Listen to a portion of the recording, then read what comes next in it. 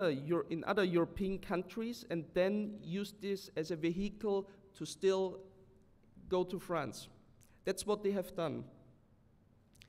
So, having said this now, so how can we learn from this past experience, or what does it bring us in the contemporary environment of having such a more geopolitical perspective in addition to all the other perspectives? So how can we make sense of what's happening right now, and in specifically looking at the questions of how does the current trade tensions between the US and China open up opportunities for Saudi Arabia? So far, much has been talked about how other countries like Mexico and also in ASEAN countries, how they benefited from this trade war. But little was mentioned, or has been mentioned so far, how other countries, specifically in this region, can benefit from this. And therefore, what are the implications for the kingdom? And I don't want to go in depth into this, but what would the second term of Trump means for the whole thing? Or would it change anything?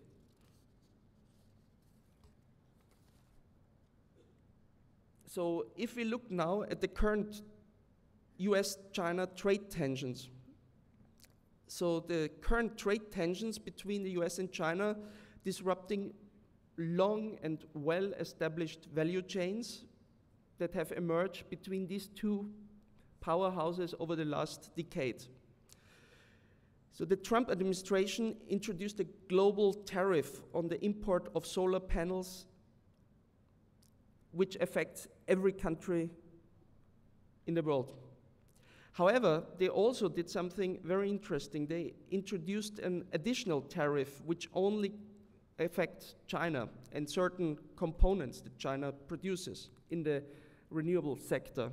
And this could be raised until 25%, which is quite significant.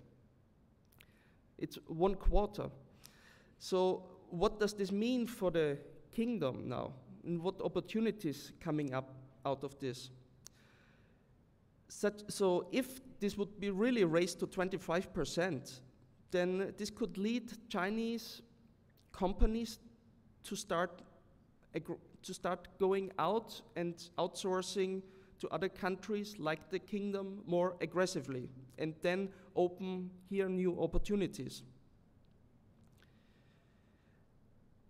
But as you know, trade decisions can change over time, and even especially in the morning when President Trump tweets. So according to a colleague of mine, Robert Lawrence, he's a world-leading expert on trade and tariffs.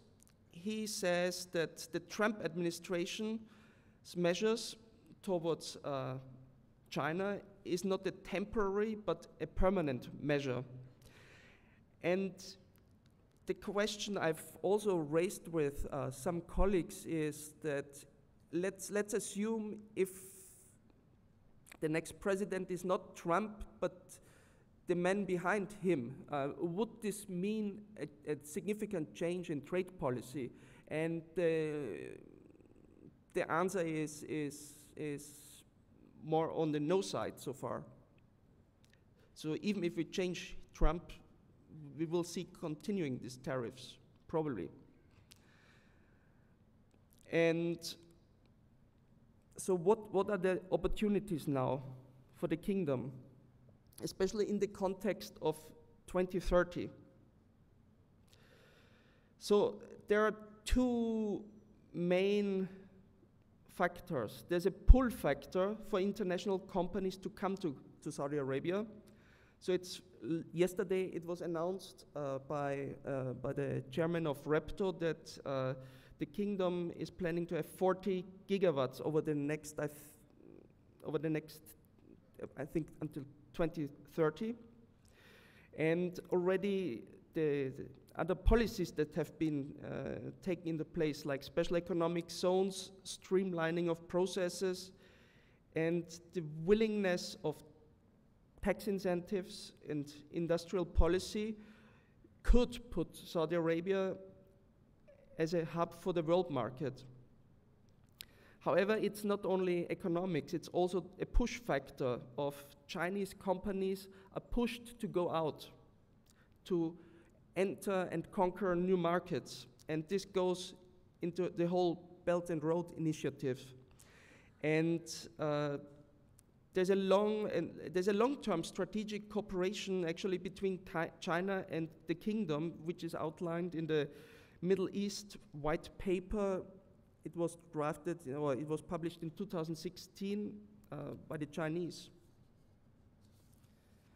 However, with a pinch of salt, like, there are also risks in this whole geopolitics involved for the kingdom. So first of all, I don't want to go into detail about the different political dynamics. I just want to focus on the high-level international dimension of this, which means that what we have seen so far is the Trump administration is willing to separate its trade policy from its long-standing international relations. We have seen this recently. So when the US has punished its long-term allies with tariffs, so, and how would then, for instance, how would Washington react if Saudi Arabia approaches China, if this China-Saudi relationship grows more together? So these are all the questions that remain unanswered. But I think it's specifically important, like given you guests here and you're experts and world leading in your specific field, but having a look at this very, very high macro level, at this helicopter look, so to say, could be or should be helpful in making decisions in this global world. Thank you very much.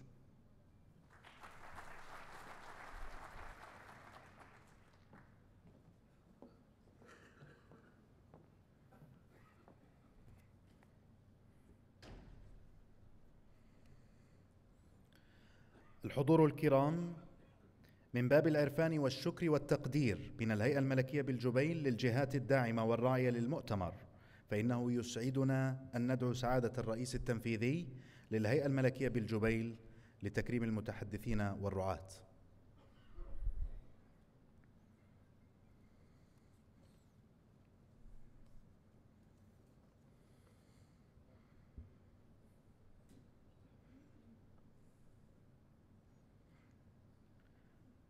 المتحدث الرئيسي المهندس خالد بن عبد الرحمن طعيمي.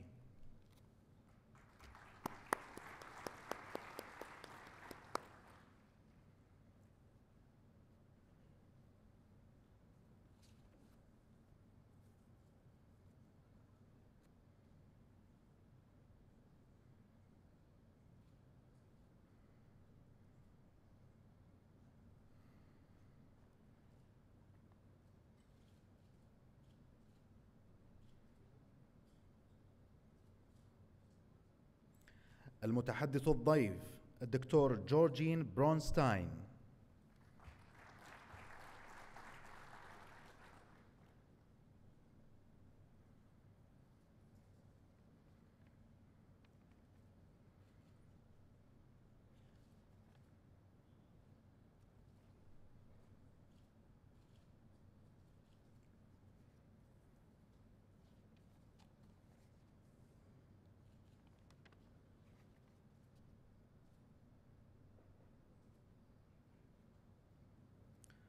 الراعي البلاتيني شركة سابك.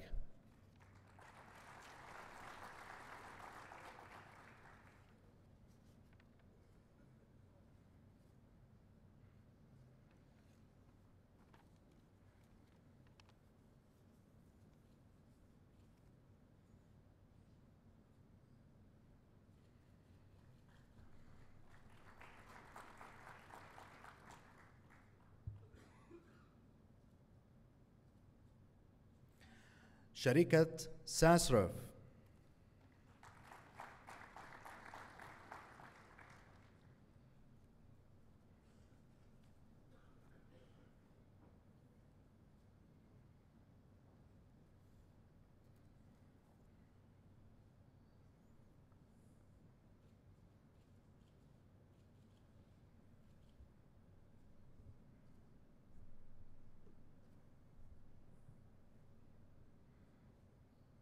الراعي الذهبي شركة إسكيم.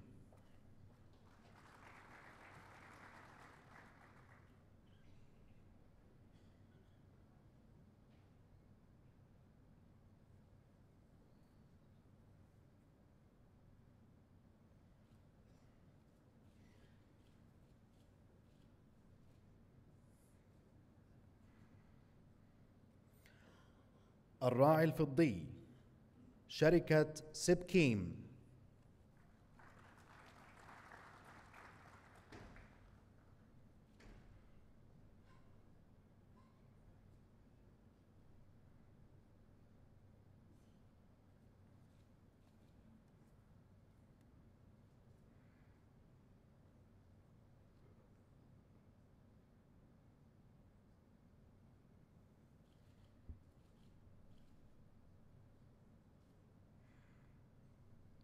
المعهد الوطني للتدريب الصناعي NITI.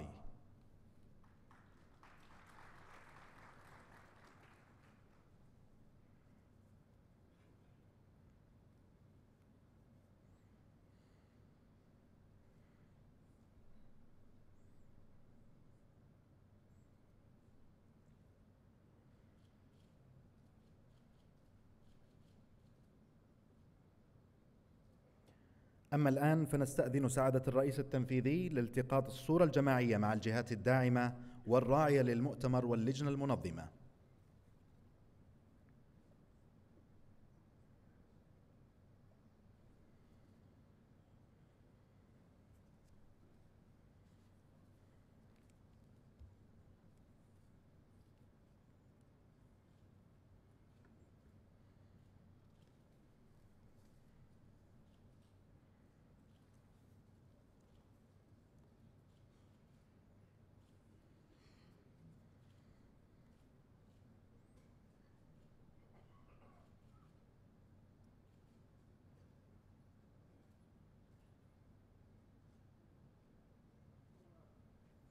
وفي الختام نتقدم بخالص الشكر والتقدير لسعادة الرئيس التنفيذي للهيئة الملكية بالجبيل لرعاية هذا المؤتمر، كما نسعد بلقائكم وتشريفكم، على أمل اللقاء بكم في مؤتمرات أخرى بمشيئة الله تعالى، والسلام عليكم ورحمة الله وبركاته.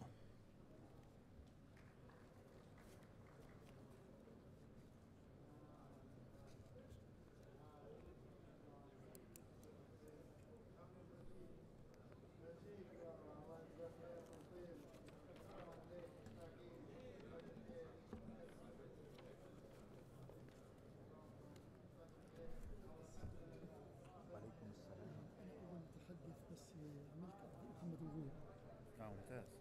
فانا عملت ابديت على الباوربوينت فانا بدي اضيفه. اتس اوكي، خلينا نشوف الاي تي اللي